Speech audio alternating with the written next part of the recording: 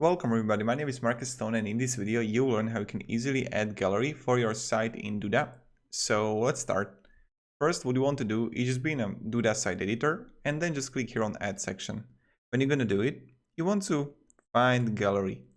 And I really recommend going this way and not through the widgets because this is like 10,000 times better. And this is like so amazing. For example, this one here is perfect. Like, look at this.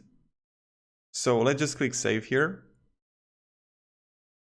And now, as you can see, when I'm going to click on it, you can just easily just add image or whatever. And I can just, I don't know, insert this one here and just paste it here. And let's see how it looks like. But this is what I recommend, is making all the photos with a similar resolution, right? When I will click on it, you can have like title here and short description.